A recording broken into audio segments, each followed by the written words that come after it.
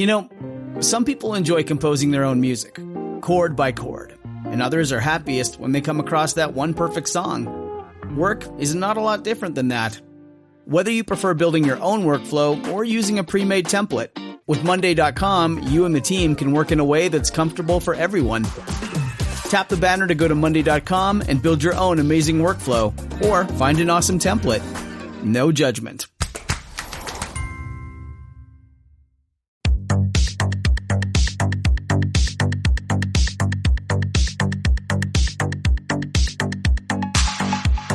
Welcome to the RuPaul's Drag Race Recap Show for Season 11, Episode 10, titled Dragracadabra. My name is Joe Betance, and I am joined, as always, by one magical co-host. Aww. From the podcast pod is my co-pilot. Please say...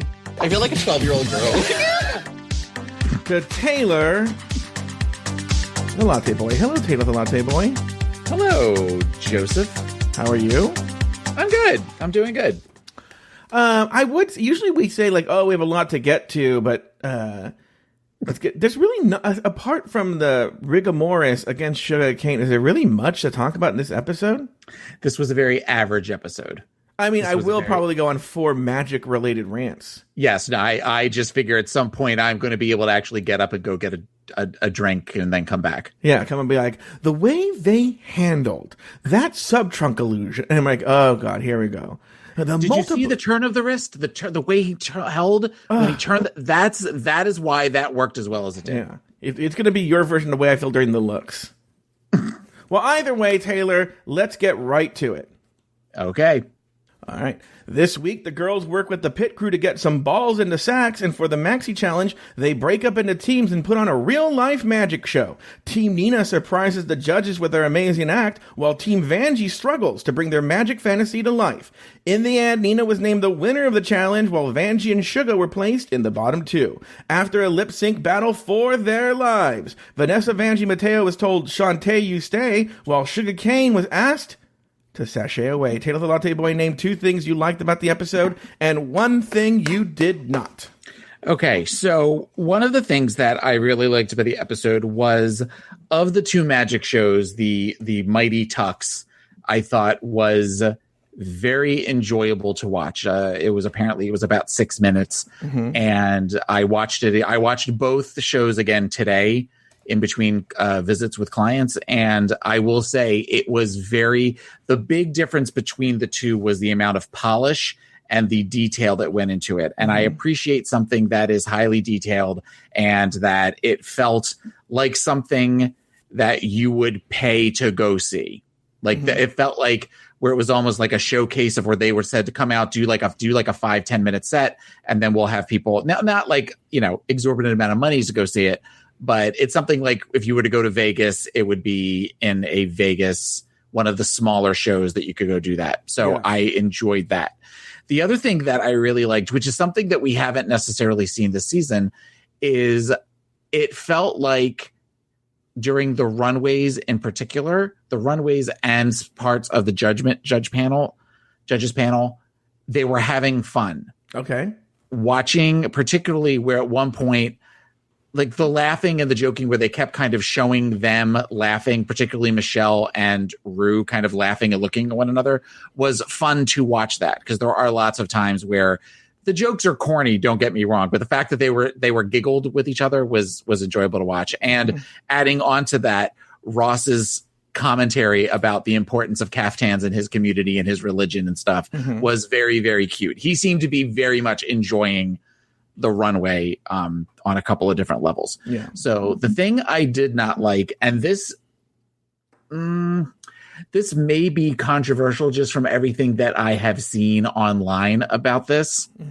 I did not like Vanjie's lip sync at all. No. It was not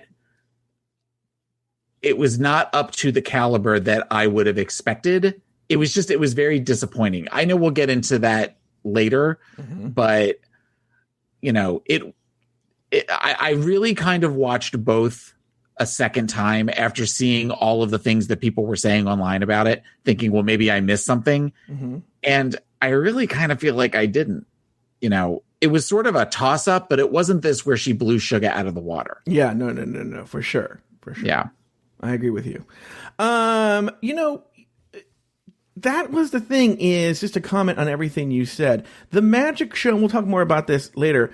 I have two ways of watching the show. When I first watched the show, I'm furiously taking notes. I'm watching it, but I'm also taking notes and I'm processing it in that way. And I don't get to really watch it until the next day when they release it on iTunes. And that's when I give it a really good, watching, where I get to actually watch it and analyze it. Mm-hmm. And actually knowing what's happening, I get to know what I'm looking out for.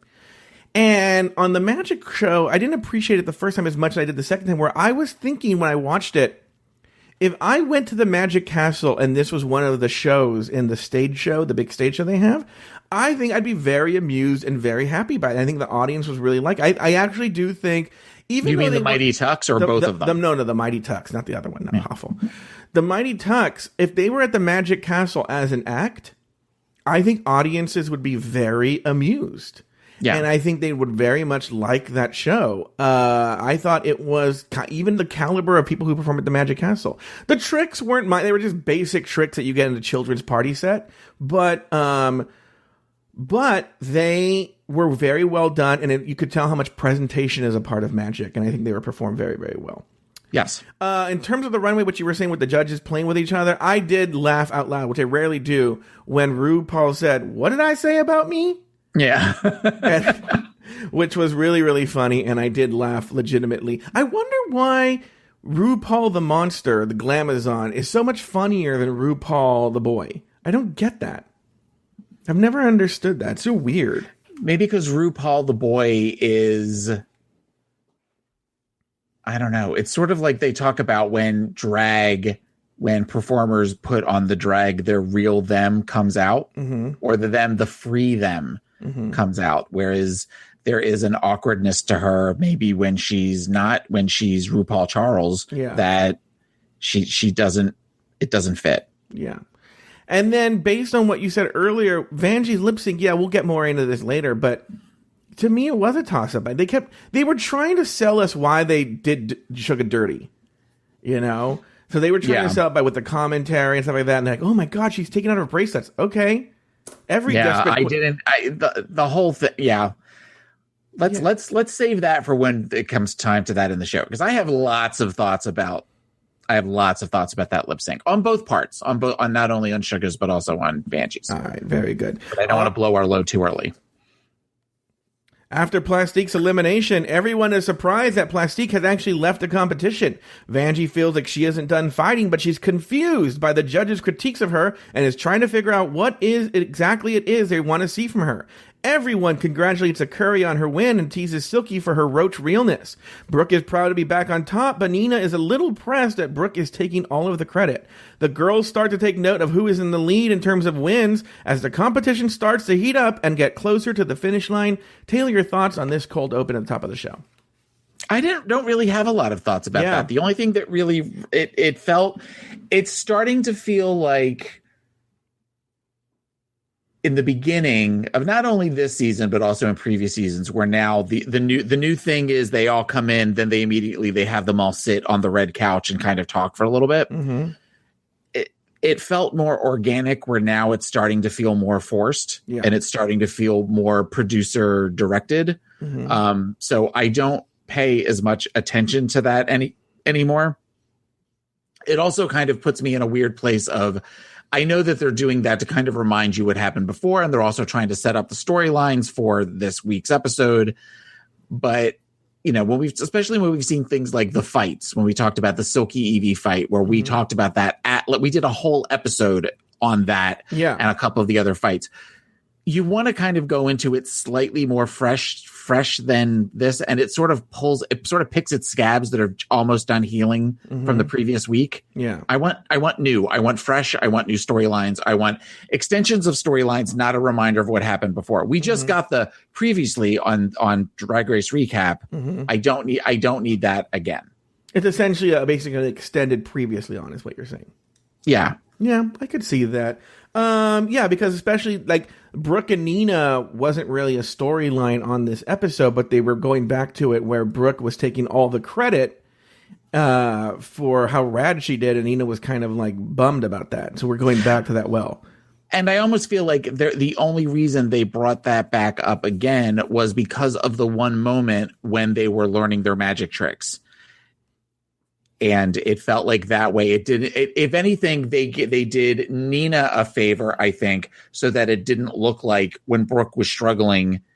You know, I think I was worried during that moment that Nina was going to say, "Well, then you take the bottle one, and I'll." In a previous life, I think she might have done that, but at this point, it kind of set it up that, you know, bitch, then I guess you're not going to do it because I'm done giving up being the savior. Bitch, I'm not going to help you out. You have a magician here who I have a lot to say about Brooke and her tricks and stuff like that.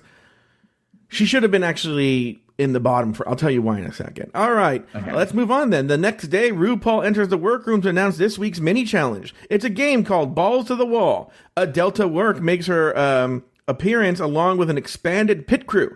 Each girl will work with a pit crew member in a series of awkward positions to get balls of varying sizes into a container without using their hands. Everyone laughs and kikis as they struggle to get their balls in the container, but in the end, Vanessa Vanjie Mateo was named the winner of the challenge. Taylor, your thoughts on this mini challenge? And we get one of these every season now, where we get all of the pit crew coming in their little underwear. Mm-hmm. And in years past, it's been Andrew Christian. And I feel like there's been another company. I don't know that I would want to buy underwear that had the word dirt squirrel on it. Just as a very, that just smells like a stinky bush to me. That's just in my head when I see that. That's what goes through my head. But it was fun. It was silly. It was short, which I appreciated. Mm-hmm. This crop of pit crew, and I feel like I can say this because I am the apex of male beauty and masculinity, was not my favorite. I loved it. I was a big fan of a lot of them.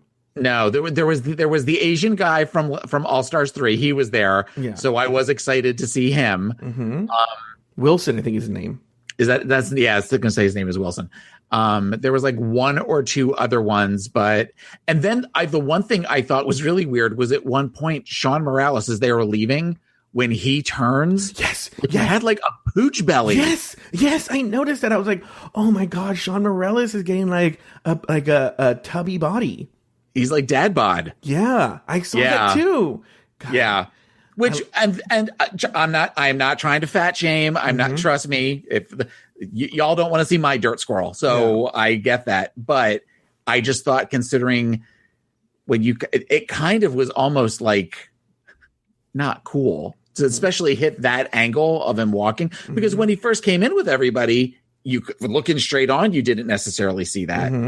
So of course I'm also just distracted by the long-standing rumors that he's challenged cleanliness wise. So I see him and I smell armpit. So I don't even think it's a rumor. I think it's confirmed. I think he's open about it. No, it is. I know it's confirmed, but it's just something that's the. Yeah, not much to say about the mini challenge. I think they do a smart job and make the mini challenges specifically geared for the people at a gay bar to hoot and holler and have a good old time. And so I think that's what it's there for. And it was fine. I'm using the watch, and it was short, and it wasn't much of anything. All right. For this week's Maxi Challenge, the girls will be starring in their very own magic show. As the winner of the mini challenge, Vanjie was given the opportunity to select the teammates. The editors wanted us to feel something about Vanjie not selecting Brooke, but no one seemed too bothered by it. The teams broke down as follows. Here we go. In Team Vanjie, we have Vanjie, Silky, Akira, and Evie. In the other team, we have Nina West, Sugarcane, and Brooke Lynn Heights. Then later during the table visits, in the workroom, Team Brooke tries to figure out what their storyline is, and Brooke is worried that her team is taking too long to make decisions. Meanwhile, on Team Vanjie, Silky thinks Vanjie did the other team dirty by putting all the girls with no personality on the other team. Later, RuPaul entered the workroom to talk to each of the teams. While talking to Team Brooke, RuPaul asks Brooke why Vanjie didn't put her on her team. Brooke comes clean about their relationship, and RuPaul teases Brooke. RuPaul also talks about the magical aspects of drag. Over on Team Vanjie, RuPaul tells Vanjie RuPaul was surprised that Vanjie didn't put Brooke on Team Vanjie. Vanjie tells RuPaul that the competition is more important than a relationship. Vanjie also confesses that she's a little scared after last week's competition, and RuPaul tells Vanjie the solution is to plan in advance. Taylor the Latte Boy, any thoughts on this entire workroom maxi challenge segment? I think that part of the issue is RuPaul, when she is RuPaul Charles. Mm-hmm. RuPaul Charles is the businessman. Yeah. Okay. And RuPaul went in there thinking she was going to try to stir shit between Brooke and Vanjie. Yeah. And I'm glad to see that Brooke and Vanjie both didn't take the bait. Uh-huh. That they both seemed very much of we get this as a competition, as was been talked about. And I think it was even talked about last week on our show. Brooke didn't pick Vanjie last week, so it makes sense that Vanjie wouldn't necessarily pick Brooke this week. Mm-hmm. I know, even with the power of editing, where Vanjie they kept showing Brooke while Vanjie was picking the teams, like this is going to create a problem. Yeah. I feel like there was something early on in the season with Plastique where they kept showing Plastique waiting to be picked for a certain team and then she wasn't. Mm-hmm. So there were shades of that. But the fact that neither one of them took the bait as far as when she was trying to stir up that drama, I think shows some maturity on both their parts. I was going to say this when you were talking last time, when you were talking about it getting like not as dramatic as we get closer to the end. It reminds me of, and I think a lot of the seasons are like this, but to show you, because people criticize this cast for being a sort of more boring or weaker cast. But if you take one of the strongest casts in the history of the show, which is season 6, I've often said that season 6 is an incredible season. You can have a very serious argument about season 5 versus season 6. I think the differences between them, not just to engage in this, is season 5 has a sort of slower start and then gets better as it gets closer to the end. I feel season 6, and this is making my point, has just a fucking bang out beginning and is a hit every single episode until Laganja leaves. And when you have those 5 girls left, there's not really much. They try and play up this Ben and Darian rivalry, but if you remember, Taylor, there's not really much to the episode once Laganja leaves. The season just sort of just floats to the end. And I think it's the same thing. You say you're going to have a boring season, or a more boring cast, so to speak. Mm-hmm. And now we've gotten rid of a lot of the ones who caused most of the drama, and now they're just going to glide right to the end. I wouldn't even say so much. Well, let me rephrase that. I would agree with you. It's not even so much that they're boring. I think they are more savvy than even season 6 people were. And an example that we know of kind of at this point, and I don't know what's happening for the rest of the season, but this was a prime opportunity, not only in this, but also in Untucked, for it to be part 2 with Evie and Silky going at each other. And I feel like after the big fight 2 episodes ago, they're both playing it close to the vest, of where at the very least Silky, this is something where I am kind of impressed with Silky on this, that even though she was rolling her eyes at one point in Untucked, but she is engaging as little as possible with Evie. Mm-hmm. And I feel like that kind of shows that Silky, at least in this regards, is a queen of her word, where if she said, I was going to try to talk to you, obviously we're not going to be friends. We don't need to communicate, unless it's absolutely necessary. And she seems to be doing that. Mm-hmm. We talked last week that during the reading challenge, they never actually showed Evie and Silky reading one another. Mm-hmm. So I'm starting to wonder if that's just you stay over there, I stay over here, because while that can make for good TV, short term, people tend to remember shit like that. And people tend to remember some of those fights, and they're both realizing at this point, okay, this is something that's going to follow me for months after this airs. So rather than say something that could potentially hurt Vanjie's feelings or hurt Brooke's feelings, getting back to the discussion that we were having about this particular episode, I'm wondering if that is just sort of they both realize we get what you're doing, Ru, and we're not going to take the bait. Yeah, you're probably I feel like right. I went all over the place. No, you did. No, you're right. I think they knew what they were doing. And what's funny is even they try and make it seem with editing that the girls are pissed that Brooke or Vanjie didn't pick each other. I kind of feel this is something that in the afterglow of fucking they've talked about, Yeah. Because, and this will come up later. Oh, no, it can come up now, actually. Oh, I have all these notes that I took, and I think this is where it came up now. Is, Vanjie says, and to show you that this is a very conscious decision on their part that they're aware of, Vanjie says, I'm doing basically what's best for me in the competition. But the reality is, Brooke is consistently doing well. Mm-hmm. Vanjie is consistently not doing so well. Actually, if Vanjie were thinking about herself for the competition, regardless of her relationship with Brooke, she would put herself on Brooke's team. Mm-hmm. So I think this is something where they consciously said, we are not going to do this because unless she knows if they're going to compare me to Brooke on this team, that she might have fallen to the sugar place. If she knew she was going to be on a team with Brooke and Nina, then she would have been the sugar in that particular group, and then that could have got her in trouble as well. I mean, we'll get into this later in the conspiracy theories. I think there was nothing Vanjie could do. There was nothing Sugar could do. Sugar could have fucking made herself vanish on stage in a puff of smoke, and they would be like, why did you leave your teammates hanging high and dry? They would have. Sugar Cane was going home. Yeah. Sugar Cane was going home no matter what she did. I forgot that I took notes on the episode when I watched it. So do you mind if I really quickly go through some of the comments I had? No, please, feel free. Well, but this episode... You taught me witchcraft today. If you want to take a couple seconds for your notes, that's totally fine. Well, no, but also this episode doesn't really have much, so we're good on time here. First of all, in the top of the show, why do the girls still have all their masks? Kyria and Brooke keep their masks on. Why? No. That's the part where maybe you just kind of forget it's on. I don't know. And then I felt so sorry for this Delta work. She just sort of confirmed on Twitter today that RuPaul's moved on to a new hairstylist. Really? Oh, yeah. You're not aware of this? No. Oh, yeah. This has been a thing that people have known for a while. And she confirmed it on not GoDaddy, Hey Queen. Okay. By the way, coming soon... a parody of Hey Queen with me and Lori Rock. I'm going to be Johnny McGovern. Lori's going to be Lady Red Couture, called Gay Queen. Look for that on YouTube soon. I'm not even joking. We're already working on that. Well, okay. So she was not doing hair at this point? No, she did hair at this point, but she wasn't taken to England.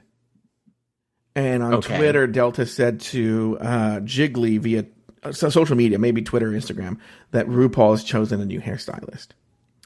Also, didn't she win an Emmy for RuPaul's hair? Girl, look at the Hey Queen interview. This all comes up. Yes. Okay. Yeah. Okay. All right. Next, during the ball and sack challenge, RuPaul made some fucking corny joke. I don't remember what it was. And then they show a shot of Sugar Cane and her person. I think it's Jason J. Carter doing the bit, and they drop the ball and they laugh, but they cut it like they were that they dropped the ball because they were laughing so hard at RuPaul's joke. And I was like, oh, that's so funny. The editor trying to help RuPaul's corny dad jokes with that. Yeah, that's been something that I've noticed, especially with where when they watch the video of her and when she says things of where they're all they all throw their heads back. Yeah. And just everything she says is so hysterical. Oh, they're doing that snap with their fingers where they like that it just is you scared queens. Yeah, we know you're standing right behind that door looking at us. And you're like, the door just cracked ajar, staring at us, making sure we laugh. Yeah. Well, it's sort of similar to where you saw last season, where every time they did the "ooh, she already done it," where Aquaria would act completely like terrified, like but she was so cute when she did that. I love this Aquaria. She's so hot. All right, next, and I kind of emphasize this in the script. Rue tells the girls, Team Vanjie, that they should plan in advance. She basically told them, "Don't improv." Yeah. Anyway. Yeah, she told them. She straight up told, and I think Vanjie knew that, but Vanjie's just not good at that shit. They should have just let. I don't know. You can tell that there was some. You can tell Akira was feeling some type of way, and there was some sort of drama we weren't privy to about this. Like the fight didn't end there. at the couch. All right, let's move on. Later, the girls work with magician Kyle Marlette to develop their magic act. Team Vanjie does okay, but their act is too dirty. Meanwhile, Team Brooke surprises Team Vanjie by performing better than expected. This seems to fly for Brooke, who gets in her head. This seems to fly. What?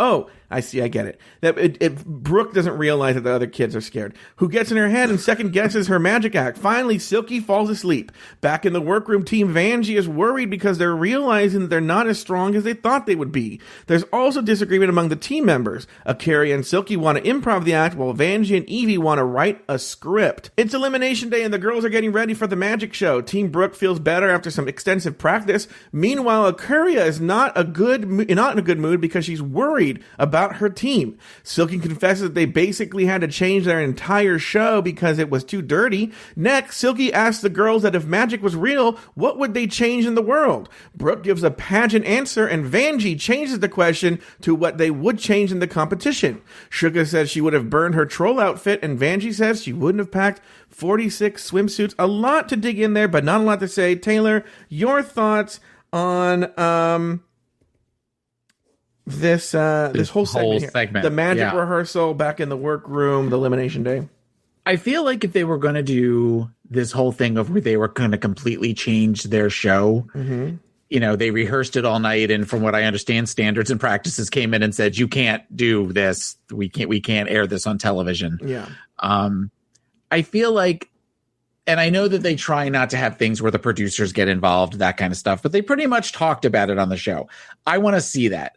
I want to see where they come in and say, look, the show's too dirty. You guys have to, and then have them all working on it, because it didn't make a lot of sense they showed a bunch of these things, everybody kind of having a good time. And then the next morning, Akira comes in pissed off and not in her right head. And it was this sort of exposition that they had to explain without really explaining. And if we're going to do these 90-minute shows, show me shit like that. That's the type of drama that I want to see. I thought the magician was okay.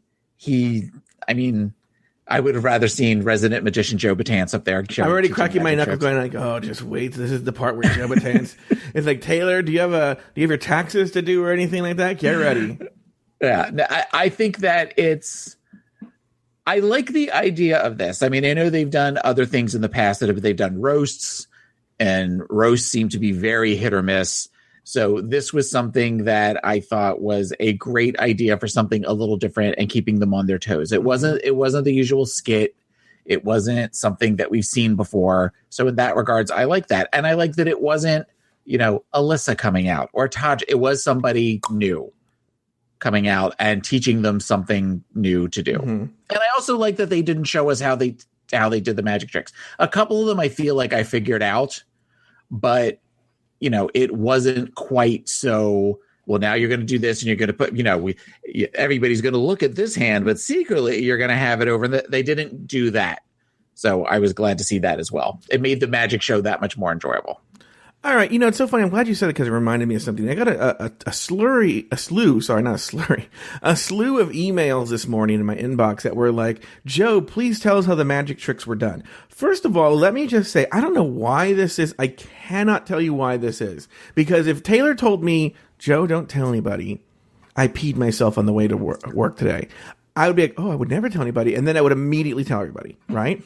It would be on the air. Look, I published Lori having a fight with her aunt about forks on the, I'm joined as always by a urine-soaked co-host from his Kia Soul 20 minutes ago. Yeah. Please say hi to the crying Taylor the Latte boy. Yeah, it's exactly what it would be. And then, but for some reason, there's this weird ethos in me where I will not reveal how a magic trick works. It's just been ingrained in me since I was a kid as a magician. And I'll be honest with you. And I'm being really, really, really honest. And I know magicians say this all the time and you go, no, it's not true, blah, blah, blah, blah. You really don't want to know. It's so, the solution is always 100% so boring, except for mentalism. I'll say this. On mind reading tricks, I would say often the solution is more interesting than the trick. Mentalism tricks are often boring, but the solution is so fucking clever, right? But on magic tricks like this, The solution is so stupid and so boring that if you knew, you'd be like, oh, you'd be disappointed. You'd be sad. Okay. But that's also, and there's actually, believe it or not, real consequences. As a member of the Magic Castle, and this is why I'll be very careful what I'll say here, is I can't disparage another magician or the Magic Castle or magic, and I can't reveal secrets. If I do, I'm not even being funny. I could literally be brought up on ethics charges and kicked out of the organization.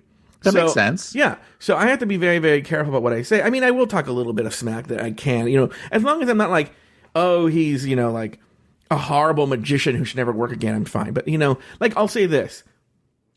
Doing the dab that he did was corny, know? That's just just don't. If you're over, it's almost like that floss dance. Like if you're over 12, don't do that dance and don't dab, Yeah. Well, dabbing was from a couple of years ago too. I mean, yeah, that's so old. It doesn't age. It was like if you went out there and said YOLO. Anyway, here's what I'll say. Cause I have unironically. Yeah, exactly. I have complicated feelings about Kyle. What is his name? Kyle Marnett, I think his name is. Let me see here. I have it right here. Yeah, Kyle Marlett. So here's the sad reality of the world of magic. Most magicians look and act like Kyle Marlett. Okay? That said, there is a faction of actually cool, gay, straight, twinky, hot, not twinky and hot magicians that are cool, right? That they could have brought in there, right? I don't know why they didn't try and find. I think they were accurately depicting the world of magic, but that said, they also they could have done better. Two, like you said, why didn't they have Neil Patrick Harris come in? That would have made total sense. It would have made 100% sense. Or is he trying to shy away from that aspect of his career? No, he openly no. Or why not? That's Michael Carbonaro. He's hot. So believe it or not a lot of gay magicians. It's mostly a lot of incels. What was that noise? That my pill case. I accidentally hit it. My because I'm a nana. Apparently, I have my pills in a case. It's packed with pills, by the way. It's not. It is not. It is not. I have a couple. The Sunday and Monday are packed with pills, but the other, I have diabetes and urethra issues. I can't help it. Urethra O'Hara? Mm-hmm. I'm the elephant queen. Yeah, exactly. So anyway, so let's talk about the match. So Kyle Marlett, look, I was like, all right, look, this is actually what magicians are really like. So, all right. Okay. But let's actually talk about the tricks. Very basic tricks that you would see like in a kid's magic set or an advanced kid's magic set or what you would teach in a basic magic class. I think actually good choice for this guy. I will say that the tricks this guy chose to have the girls do are something that you could teach someone to do in a short amount of time. So I will give him that this credit. Isn't somebody that you're familiar with. I've never heard of this guy before. I got the impression he was like a Las Vegas consultant or something like that. So okay. So that's okay. So we have that. Next is I want to talk about Brooke's tricks. So he was teaching Brooke 2 tricks in the rehearsal. We only saw one, but I saw her carrying the other one. And I'm such a magician. I can just go, oh, there's that trick. It's just from what she's carrying. And one of them is called, it has different names, helicopter card, UFO card. In fact, if you go to Las Vegas and you walk through like New York, there's always people selling the helicopter trick. It's like $20 or something like that. And it's because it's so simple and it's very impressive to see in person where the card's spinning and flying around you. Yeah. So I'm not going to give the secret away, but this is why I was kind of disappointed that Brooke was so overwhelmed. It's not terribly difficult. And I would say the skill set involved in that trick involves maybe like the same skills you would have for dancing and choreography. So I was sort of surprised that Brooke was intimidated by that trick. It's not particularly difficult and is a lot of like movement and dancing. And even when she was doing it, she kind of bumped into the guy, but when she was doing it around him, she seemed fine. So I don't know why that trick intimidated her. And then also she was carrying a trick. I don't know what it's called, but what the trick is, she was carrying it basically looked like a big domino on a cardboard. Okay. Yeah. And that trick is all these dots vanishing and appearing on different sides. So like you flip the card over and there's 4 dots. And you flip it over again, then there's 2. You flip it over again, there's 10. You flip it over again, there's no dots. You keep flipping the card over, and they keep vanishing and reappearing. Okay. That one, again, is very choreography based. Okay. And so I would think those would be 2 things. The one with the card on the hand, Taylor, super easy. It's just all choreography and doing things in a choreographed way. And if you do, it's very impressive to see. It's amazing visually. It was actually a very good choice to have the girls do. It just took memorizing a set of moves. And I don't know why she was intimidated because, and we'll talk about when we talk about the magic show, the trick she landed up doing was lame. Yeah. Yeah. Watching it the second time, it felt very underwhelming. Mm-hmm. That particular trick. Yeah, but both of those tricks were tricks she could have totally done and totally pulled off. Specifically her. Do I think a courier could have pulled them off? No. I think specifically Brooklyn Heights could have pulled off those tricks. Look, I'm going to tell you something. Go ahead. Do you think that maybe, I mean, what you're saying makes total sense, that really magic in general, I would think, is really kind of a choreography in that learning how to do certain moves and sleight of hand and that kind of thing. But there is a heightened level to the movements and stuff that not only are you moving your body in a certain way, but you're also trying to convince people to see something that they're not actually seeing. Do you think that maybe that's where she got messed up in her head, as far as, because it was a different level of, because Brooke is a beautiful dancer, she's great in movement and stuff, but there's a cerebral level to what she's doing in this that maybe she doesn't have to do with dance, not to take away from her ability to dance and saying that dance isn't cerebral, but it's more about the fluid of the movements versus the overthink. You know, if you ever watch somebody try to overthink a dance that they've been taught, we've seen it on this show a million times. They have difficulty doing it. And is this where maybe that was what played into I would say that as a magician, what I would say is close. I would say what it is what is sort of crazy as a magician when you do, especially tricks like those, is you know what the secret is. And I think, especially if you're a person that gets in your head, to you, it is so obvious what the solution is. And so you can't believe these people are falling for it. And so you have to get past the idea that, yes, you know how the trick works and you've seen it 100 times because you've been practicing it. But to these people, they're completely floored and shocked. And that maybe Brooke couldn't get past that even though it was choreographed, knowing the secret to the tricks, she was like, they're going to catch me on this. And so the trick she landed up doing was literally like you could teach a 4-year-old how to do it in 1 second. So like, maybe it was to her because it wasn't as obvious, you know? Well, I see what you're saying from a standpoint of a therapist. There are times that I am very comfortable working in certain fields. And there are times that I know on some level, if I practiced on other, like a higher level of clinical work with a client, I could do it, but it's also kind of scary to try something where you're kind of moving outside of your box. And there have been times that a client has come to me with an issue and I've sort of been like, well, why wouldn't you just do A? I talk to me why you wouldn't do it. And they look at me like, I never thought of that. And I'm like, that's the answer is right in front of you. I don't understand what the problem is. Well, yeah, I think it's very similar. I think it what might be closer is a person who comes to you and let's say has like social anxiety. And they're like, if I go to the gym, I feel everyone is staring at me, you know, because I'm so fat. And it's obvious, like, no, everyone's focused on themselves. You know, but to them, in their reality, everyone is staring at them. It's the same thing here where she probably thinks everyone is staring at me because this trick is so obvious and they can see what the mechanism is behind this. And the reality is no one can see it. But she doesn't realize that. It's the opposite of the emperor has no clothes. All right, Taylor, this week we introduced a new Patreon exclusive podcast called The Tea. This tea, Taylor, is already a huge hit. People are loving it.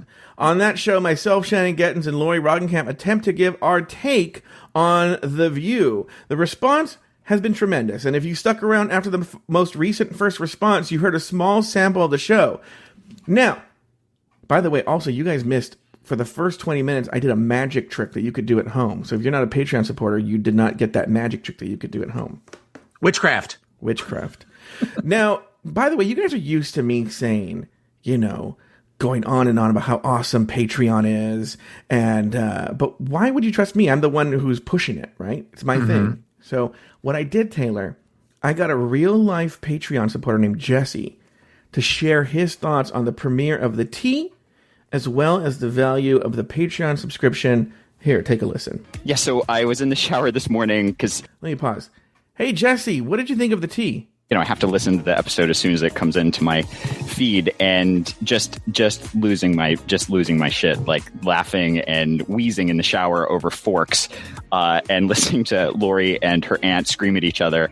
And it was the most uncomfortable and hilarious thing ever. And so went to work and had to sit on this all day. And as soon as I got home, had to pull my husband out to listen to the podcast so we could get that first 20 minutes in. Just hilarious. And what were his thoughts? He laughs at everything on all of the shows. But the same thing, just wheezing and not being able to, not being able to believe the ridiculous situations that Lori gets in and how much it gets you off, Joe, to laugh at and with, but mostly at Lori. Jesse, let me ask you this question. It's $3 a month for all you can eat. Would you say it's worth it? Oh, absolutely. I'm looking for a $5, $7, $9 level because the content that you get, it's every day. There's something new. And in fact, I've had to put several audiobooks to the side because every day I get a new podcast. So I can't get into the books that I want to read. But it's worth it. Absolutely. So what are you waiting for? Head on over to patreon.com/dragracerecap and join at the $3 level to enjoy all this and more. That's patreon.com/dragracerecap. Do we have a picture of Joel? His name's Jesse. Oh, do we have a picture of Jesse? I don't have a picture of him. Why? Do you have a picture of him? I don't know, but he like has his quite voice? the sexy voice. Well, you have a husband and he has a husband. Maybe. Is it cheating if you guys both have husbands? I think so, yeah. All right, well, we'll talk about it during the break. We'll be back right after this. This is Amy Poehler. My new movie, Disney and Pixar's Inside Out 2, is coming to theaters June 14th, and it's making me feel joy and sadness and anger, definitely some disgust, and I think a little fear. But I'm also feeling these new emotions like anxiety, embarrassment, envy, and ennui. It's what you call the boredom. Okay, that one was weird. It's going to be the feel everything movie of the summer. Disney and Pixar's Inside Out 2. Rated PG. Parental guidance suggested. Only in theaters June 14th. Get tickets now. All right, we're back. Taylor, it's time for the magic show, and Team Brooke performs as the Mighty Tucks. Nina makes quite an appearance and does the multiplying bottles routine. Suga makes silks appear. Brooke produces a solid bubble out of thin air, and the girls perform one of Houdini's most famous illusions, the sub-trunk. Next, Team Vanjie performed as the Black Magic. Silky made her big appearance. Akaria disappeared, I think? Evie performed the appearing bra, Silky performed the disappearing milk, Vanjie performed the disappearing ketchup bottle, and Akaria performed the disappearing balloon for the finale. Vanjie was levitated. The judges did not seem impressed by the Black Magic. Taylor, your thoughts on the magic show? It comes down to polish for me on this. I thought that the show with the Mighty Tucks was much more, as I said at the top of the show, much more polished, much more where there was a story that went along with them that made sense, where they kind of described who they were. They said, 5 years ago, we were three girls with a dream, that kind of thing. There was enough reading between the three of them that was kind of funny. I thought all three looked beautiful, and the jokes succeeded and maybe were a little weak on varying levels, but I was entertained from the second they started until they were done. The Black Magic was just sloppy. Everything about it just seemed very sloppy and unprepared. And even like the storyline behind it, where they go to barbecues and they do these at barbecues, but it just was kind of very not what you were expecting. not what you hoped for. Let me say that, because it was very clear when they did the whole thing of where we're team personality, we got this in the bag, and then the other team was trying to come up with their concept. It was, you knew that was going to switch at some point. That's a classic reality show trope. A couple of the jokes, not the jokes, a couple of the tricks where it was very clear how they did the tricks. Give me an example, because there might be, Vanjie fucked something up. Vanjie's, it was clear how Vanjie's, and I'm not going to ask you, and you're not going to confirm or deny. Do it the way that we do spoilers. Like, I know everything that's going to happen. You know, let me tell you this: how advanced we are on the rumor mill now. And by advanced, I mean we read Reddit. We've been in the past few weeks. We know the song they're going to lip sync to. Like, that's how detailed we've gotten, right?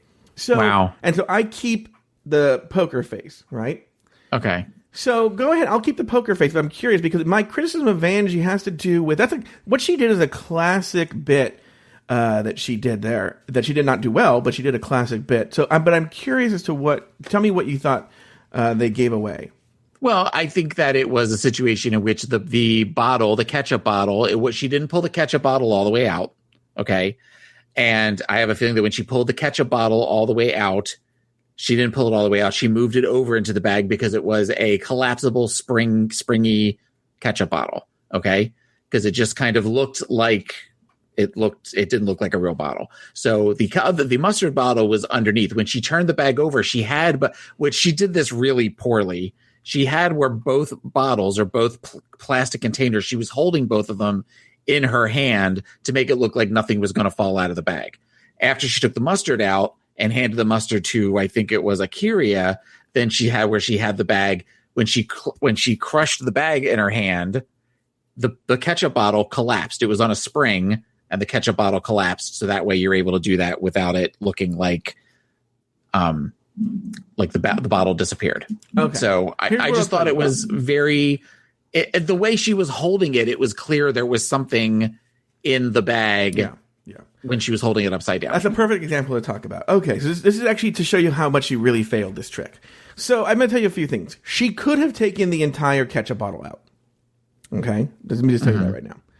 2, I will tell you it's not a spring. 3, This is where she really fucked up. So the joke of what she was doing is part of the joke of the bit. So she didn't do it right. Okay, so I'm going to actually... I have a soda can here. Hold, please. Okay. And one thing that I can say while I'll vamp for time while you're looking for something is that when they were saying all of their names, the fact that she referred to herself as Vanishing Vanjie, I thought was not a good long-term thought on her part, just because that could have come back to bite her. The Vanishing Vanjie is the one that went home this week.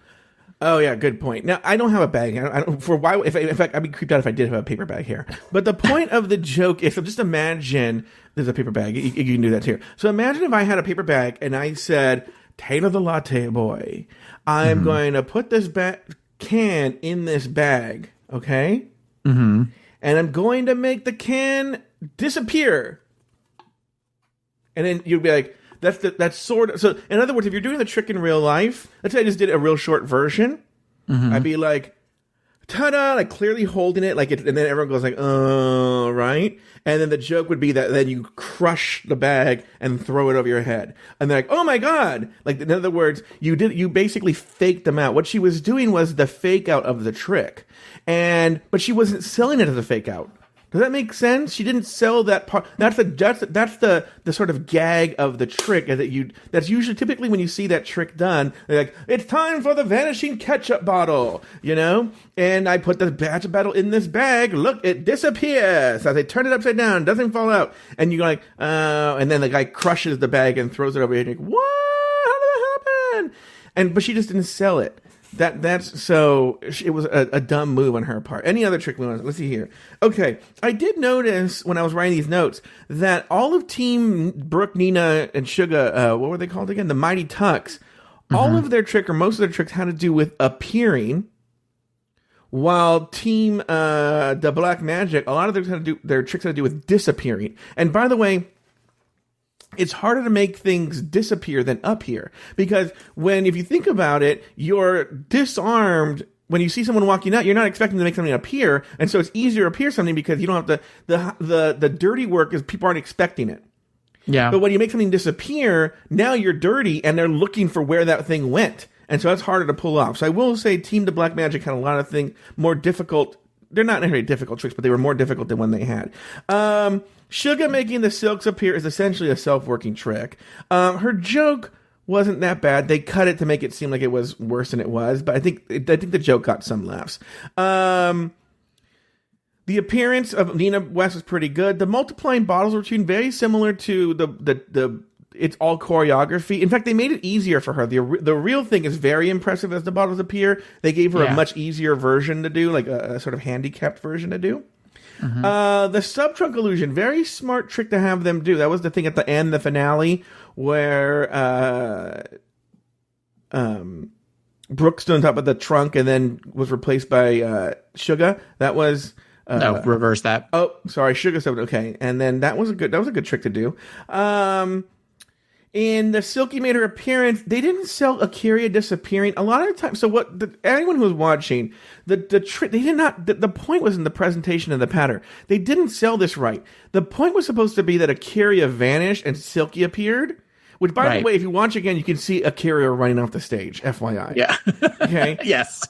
But often when that happens in a magic show, the surprise is supposed to be that the person's in the audience or somewhere else. So what a magician will do is have a whistle. So they're like, oh my God, where's Akira? And then Akira would blow in a whistle and the audience would look and there should be somewhere else like, ta-da! But first of all, they didn't sell that she was gone, you know? Yeah. And I think the audience didn't react. They're like, oh, was there another person here? Like, it was so poorly done. That was not done well. Whoever choreographed that.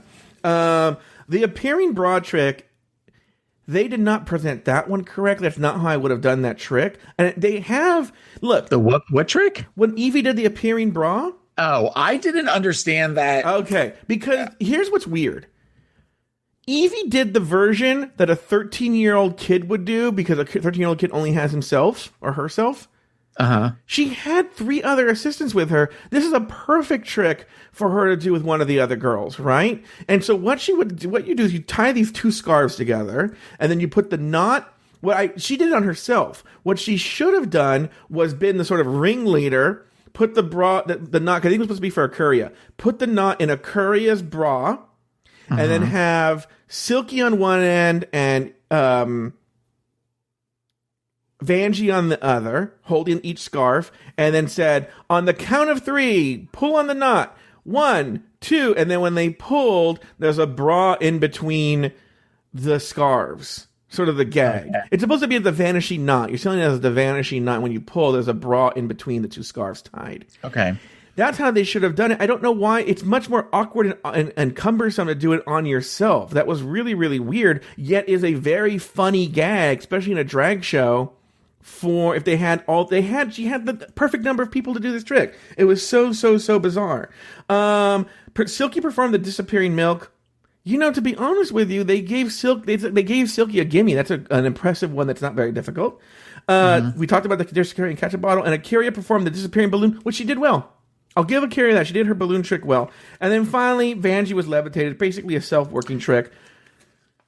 One of the years that we went to camp, when I used to do the bereavement camps for hospice, we would do the ones for kids, but then we would also do ones for families that had lost a parent or something like that. And the one time we decided that we were going to have a magician come in and do a magic show for this family, and this reminded me of this. And one of the acts that he did, one of the illusions that he did, was to make one of the kids levitate between two chairs, 2 folding chairs. Yeah. So, and I remember distinctly, he pulled like this 4-year-old up to do it, and then put the sheet over her and started playing the music. Every time I hear this music now, I think of it. The music from The Lion King, where it's the first of this score that's on the soundtrack. So I think it's when the sun is coming up, not the circle of light, but the next thing. And this kid started to get freaked out and started to jump up off of the chairs. And the guy was like, no, stay where you are. But unfortunately in doing that, the drape fell so everybody could see how the trick worked. So unfortunately, I know this isn't the same as that one. It's very, very close. It's very, very close. In fact, I was going to say again, they could have been maybe they were told they couldn't use volunteers. That kind of trick, they're related. The person being levitated doesn't know anything's happened. And in fact, sometimes what you'll see is that they have the person close their eyes, and then the person doesn't know they were levitated. They take a picture, and then they give it to them afterwards. Like, what? You know? And he had her close right. So, I mean, all of a sudden, there's this creepy guy standing over, putting a sheet over while the Lion King music's playing. Yeah, you can understand where a 4-year-old might be a little freaked out by that. Yeah, I wouldn't have put a 4-year-old there. Yeah. They should have chosen a volunteer from the audience, but that would have been cool too. But the Vanjie thing wasn't bad. Okay, Taylor. Any other thoughts on the magic show? The black magic was just messy. Compared to the other show, it was just not. It was not fun to watch. It was uncomfortable to watch. It was Vanjie suddenly lost her neck, like whatever she was wearing, like it just made her neck disappear. So she had her shoulders all hunched up. That's a constant thing with Vanjie and her looks, and she constantly loses her neck. Yeah, it's something that she does that makes it happen. All right, Taylor. Well, speaking of magic and going on and on and on, it's time for your favorite part of the show. It's time for the looks. All right. Very good. So this week, the theme was caftan realness. Sure was. Before we get started on this, I want to talk about Rue's look. Okay. I thought Rue looked beautiful this week. I loved the chevron. What'd you call her? And I love when Rue does a different color hair. So this auburny red but when she came out, both my husband and I both went, ooh, like she looked really, really pretty. I think she would have looked great in a caftan. I would love to see it when she kind of matches up with what the girls are wearing, but definitely I give this look I'm not giving this look a number, but I give this look a toot. All right. Very good. So do you want to go by in the order that they came out, or the order they came out? Let's do the order. I have it here if you want. All right. Yeah, let's do that. So I know that Silky was the first one out. She came out kind of in a peachy, orangey caftan with a dress on underneath, and her hair was a series of balls kind of going up in the air. Yeah. I thought Silky looked great. I thought it was a very polished look for Silky. I think she was a little relying too much on that hair because the look itself was basic, but it was a pretty basic. So I'm going to give this look a 6. All right. Very good. I gave it a 7. I actually liked that. That was actually probably one of the best looks Silky has had this season. I think I would agree. Well, obviously a caftan will hide a lot of things. A myriad of sins.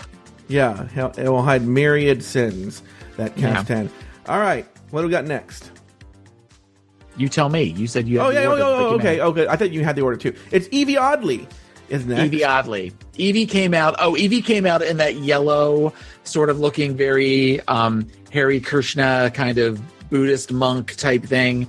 I loved that it was conceptual. It wasn't just a plain old caftan, even though that does work for another queen later on down the line.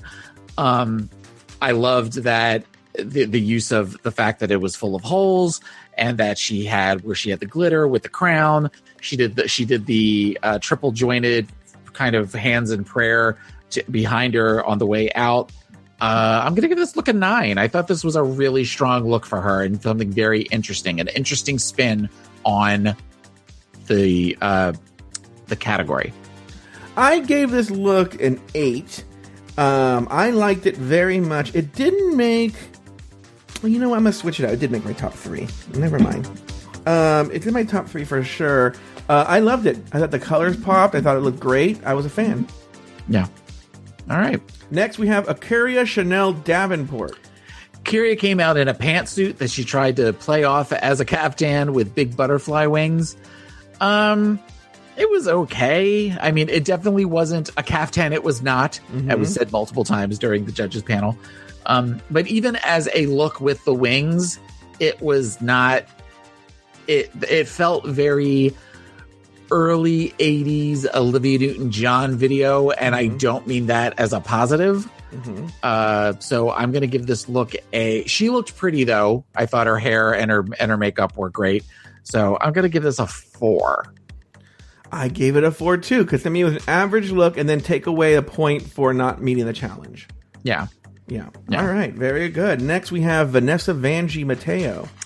Vanessa came out in a cheetah print caftan and matching head rag with multiple jewelry, and she had a large, thick nose ring and with a chain going up to her ear. I thought Vanjie looked good with the caftan. The nose ring was distracting. So in that regards, I'm going to take points away for that. But I thought she looked pretty good. 5. All right. She was kind of middle of the road for me. Oh, really? I like the look. I knocked it down right now. I had an 8, but knocked it down to a 7. I liked it, actually. I thought it was probably because it wasn't a pantsuit or swimsuit or bodysuit. I was really the big fan of this look, and I gave her a 7. I really liked it.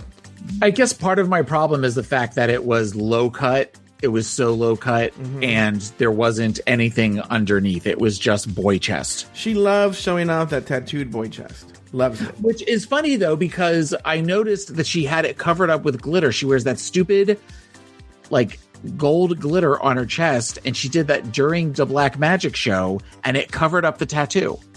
So I'm wondering if when she wears that, that's her way of covering up. She just covers it up with a fistful of glitter. I don't know. Next, we have Brooklyn Heights. Fistful of Glitter is also the name of my sex tape, available on Patreon at the $40 level. Brooklyn Heights came out. She said she wanted to be a combination of Wonder Woman and she said Carrie Bradshaw from Sex and the City 2, which I thought that's not a good sell there. Yeah, I know. Said a third character as well, but I don't remember who it was. I know that Studio 54. Studio 54, yeah. Very pretty. The color combination of the eggplant or the plum, as it were, and the gold was very, very pretty. I don't know that I feel like this is a caftan, though. It just kind of felt like something very flowy, very Grecian to me. And I was not a crazy fan of the platinum white hair. It kind of made her face washed out. So, especially because she was definitely wearing purple mascara and stuff, and there wasn't enough juxtaposition for that. So I was originally going to give this an 8, but I just talked myself out of it, and I'm going to give it a 7. I gave it an 8. I liked it. In fact, it was my top 2 of the week. Okay. Yeah, big fan. All right, next we have Sugar Cane.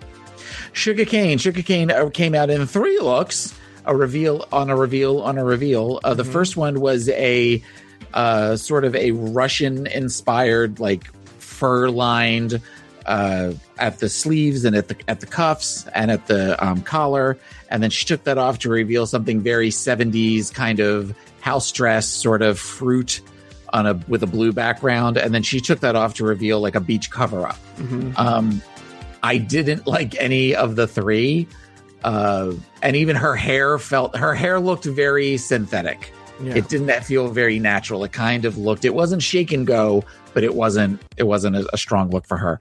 And the original caftan itself just looked very heavy to me. And when the girls wear heavy stuff, I feel like it makes them move a little more awkwardly than they normally would. And it just took away from the entire illusion. So I'm going to, as much as I love Sugar, this look, it gets a 3 for me. Oh, really? I gave it a 6. Yeah. Actually, pretty much like them across the board. I like that she, even though they weren't caftans, she sort of kept the same theme, if you will, of sort of cover-ups along all 3 looks that she presented. So yeah, I was a fan. And finally, we have Nina West. Taylor, your thoughts on Nina West? Nina West came out in the traditional 70s caftan. I love the fact that they referenced Mrs. Roper. Because when I hear caftan realness, I'm expecting 7 Mrs. Ropers to come out. So on the one hand, I like the fact that there were different silhouettes that kind of played with the idea of caftan, some more successfully than others. But I thought she looked great. I loved the pink and silver. I liked the hair. Her forehead line, where the forehead met the wig, the change in color of the makeup was a little too harsh for me, because it almost gave a look of a dirty headband at certain points, especially on Untucked. But I love Nina West. Nina is my favorite this season. I love everything about her. So I was glad to see that she got the appreciation that she did this episode. So I'm going to give this look. Is it one of my all-time favorite looks of the series? No, but because Nina is Nina and because she did this so well, I'm going to give this look a 10. Wow. Yeah. Wow. 10. I gave it an 8. I liked it a lot. It wasn't a 10 for me, but it was an 8. An 8. Wow. I'm assuming this is your top toot of the week. This is my only 10 that I gave. Yeah. So. Wow. Very good. Now, for those of you who are younger and listening, Mrs. Roper was a character on a sitcom called Three's Company.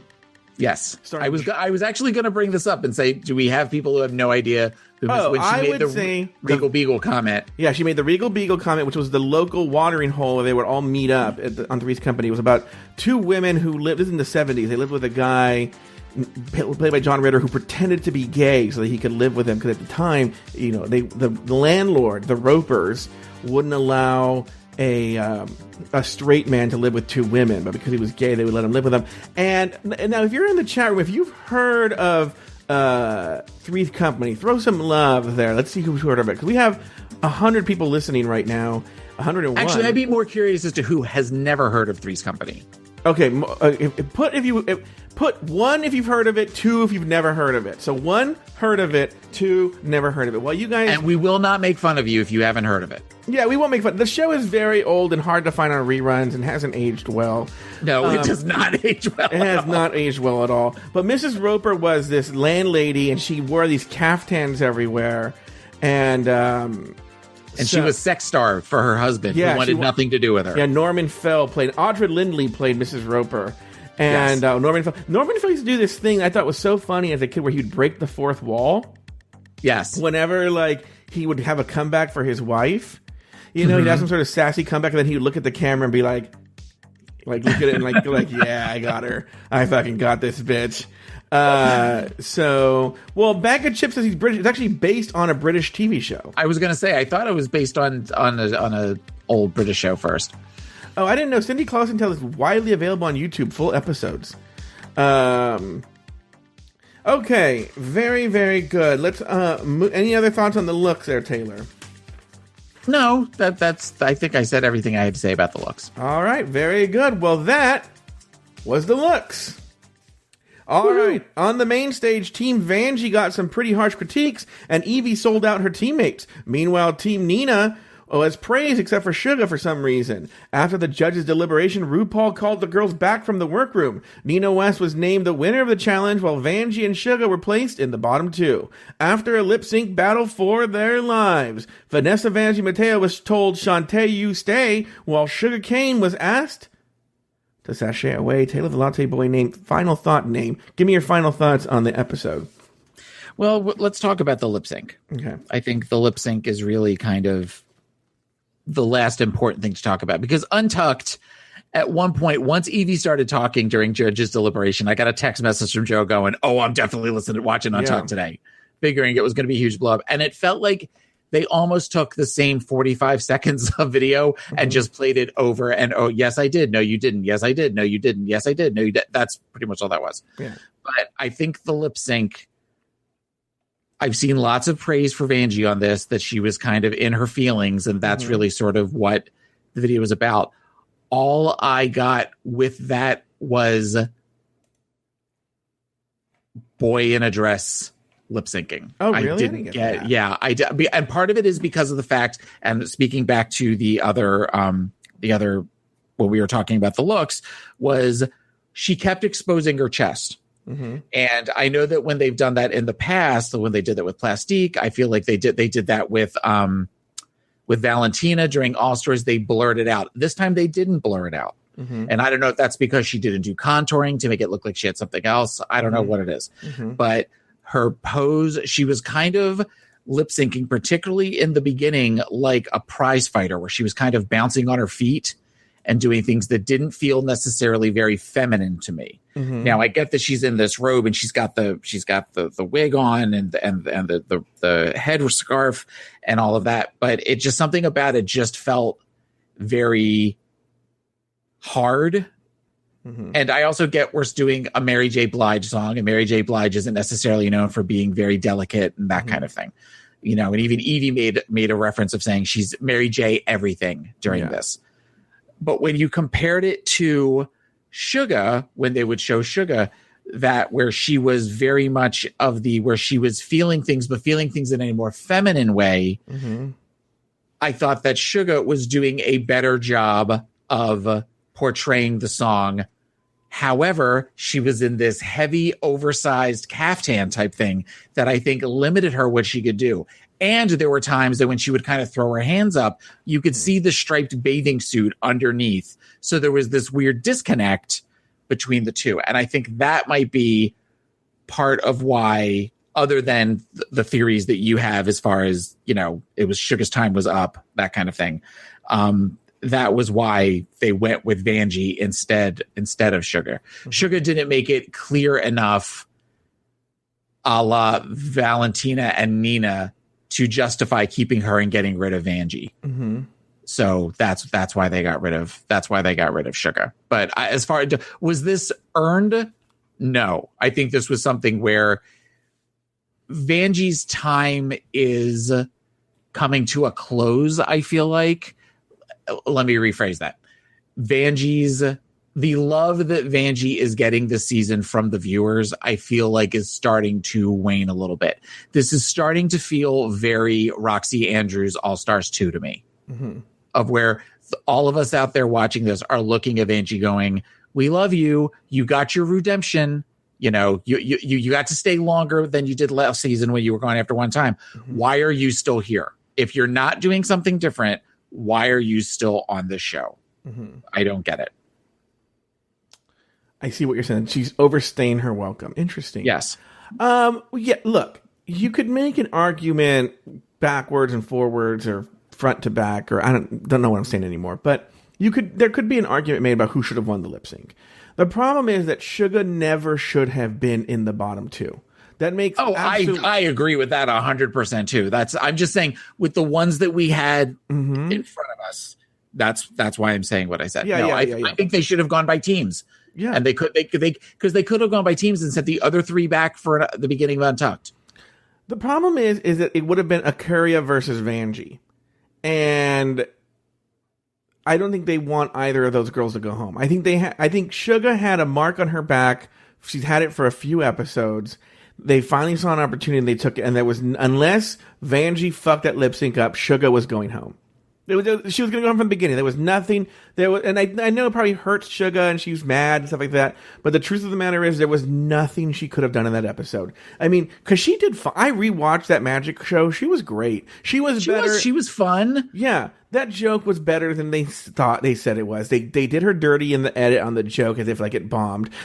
First of all, RuPaul loves shitty jokes like that. I bet you RuPaul was yelping it up. That's why they had to do that. Look at that part again where she sprinkles the powder on Evie's bussy. Her bussy. Yeah. Bussy. On her bussy. RuPaul, the cut is so hard because people were laughing and they needed to get rid. They needed to sell why Suga went home. But the truth was that joke did fine. And the magic show was fantastic. Like I said, it's probably one of the strongest performances I've ever seen.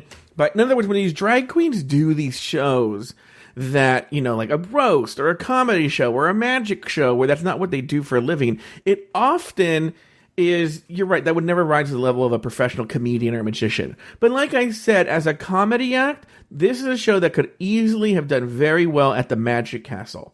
Yeah. If they did it tomorrow, it would sell out and it would do very, very well. It was polished. It was good.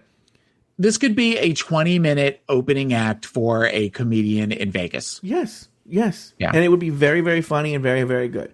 And so Suga did not deserve to be there. It should have been, probably in my guess, it could have been anyone in Vanjie. It could have been Evie and Vanjie, Aquaria and Vanjie. Maybe not Silky, because Silky's magic trick went off well and her look was good. But Evie and Aquaria, you could have made a case for Silky's look on the runway was good. Silky's look at the show, no, it was awful. And that's something else that's interesting about the judges panel is we're starting to see Ru actually say stuff.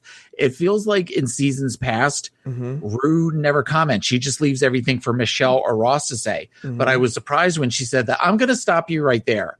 We're at the point now where you can't just, we're splitting hairs at this point.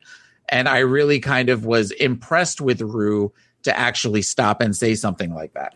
By the way, going back to Suga's performance, because they were talking about how she was vanished and stuff like that, the loudest laugh I clocked this here on Team Suga, on the, what's it called? What was the name of it? Team Tuckahoe, or what were they called again? The Mighty Tucks. The Mighty Tucks. On the Mighty Tucks, the joke that got the loudest laugh specifically from Michelle was by Sugarcane, when she said that Nina was probably playing football or something. Yeah, football practice. Yeah, and that was the loudest laugh that show got, and it was from Michelle, and it was a joke that Sugar made. By the way, yeah. Speaking of which, how did Michelle Visage age 20 years between 2 episodes? Yeah. She looked horrible. She looked old, and that's not something I normally say about Michelle. She put the age in Visage. Anyway, maybe she's like the witch on Game of Thrones. Maybe she forgot her necklace. She forgot her amulet. Yeah. What? By the way, once again, this is the thing that Jay Ellis and I often text about, and I'm surprised I didn't get one from him. We are so amused when the outros into commercials are complete lies. Yeah. And so the outro going into the set in the commercial before the magic show showed Team Tuck. Wait, what are they called? Mm-hmm. The Mighty Tucks. It showed them bombing and saying these jokes, and everyone's like, ooh, that's really bad. Those jokes got lies. Yeah.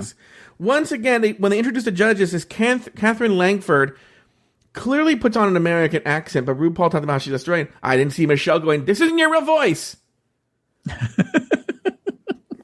I'm still pressed. I don't know who that girl is. I looked her up. She's on 13 Reasons Why, and I guess she's done other stuff too. She was supposed to be in the Avengers, but I guess they edited her out. Oh, yeah, yes. Who was she in the Avengers? They haven't said. It's an unnamed role, but there was conspiracy theories that she was supposed to be somebody's daughter, who was played by a much younger actress. Did you see it yet? Scarlett Johansson? No. Oh. Okay. Okay, we don't. Oh, we already talked about that. I'm going through my notes right here. Did you see Raven in the audience? Oh no, I didn't see that. She was in the audience? Raven's in the audience, like camping it up. It's she's in the background. She's boy Raven, but she's sitting in the back at one point. Okay.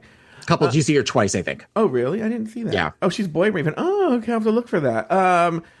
Because she's probably there to like touch up Rue's makeup, and then they're going to have to stay there. All right. Any other comments, Taylor, before we end this puppy? No, I think we're good. I think we've talked this out. I went all my notes. I did all my notes. Nina, sorry to see. Look, here's the deal. Sugarcane probably should have gone home with the troll outfit or earlier in the show. She was boring television. She was okay. She brought some pretty sweet looks the past few episodes, but wasn't the strongest performer. I'm not saying that like she should have gone all the way, but in this episode, if you were judging the episode by the competition, she should not have been in the bottom two. She should not have been in the bottom two.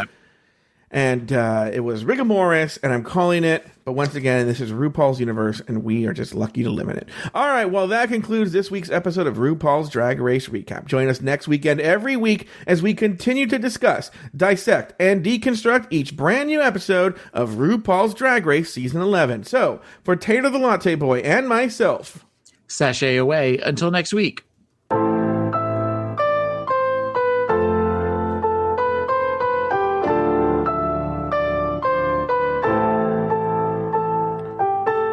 Want to share your thoughts about Drag Race? Email us at dragracerecap@gmail.com. For up-to-the-minute news about the show, follow us on Instagram and Twitter at Drag Race Recap. You can also follow us on Facebook at facebook.com/Drag Race Recap. For bonus content and to support the show, head over to patreon.com/Drag Race Recap. Taylor has his own podcast. It's called Pod Is My Co-Pilot, and you can find it at podismycopilot.com or wherever you get your podcasts. You can follow Taylor on Twitter and Instagram at PIMCTaylor. Follow Joe Betance on Instagram and Twitter at Joe Betance. That's BETANCE. The outro music was written by Lucian Piani and arranged and performed by Alex Lefebvre. You can find Alex Lefebvre on Instagram at Alex Lefebvre Music. To find all of our old episodes, visit our website at dragracerecap.com. You can also find other Afterthought Media shows like Hello Uglies at hellouglies.com and Catching Up at catchinguppodcast.com. Drag Race Recap is an Afterthought Media production.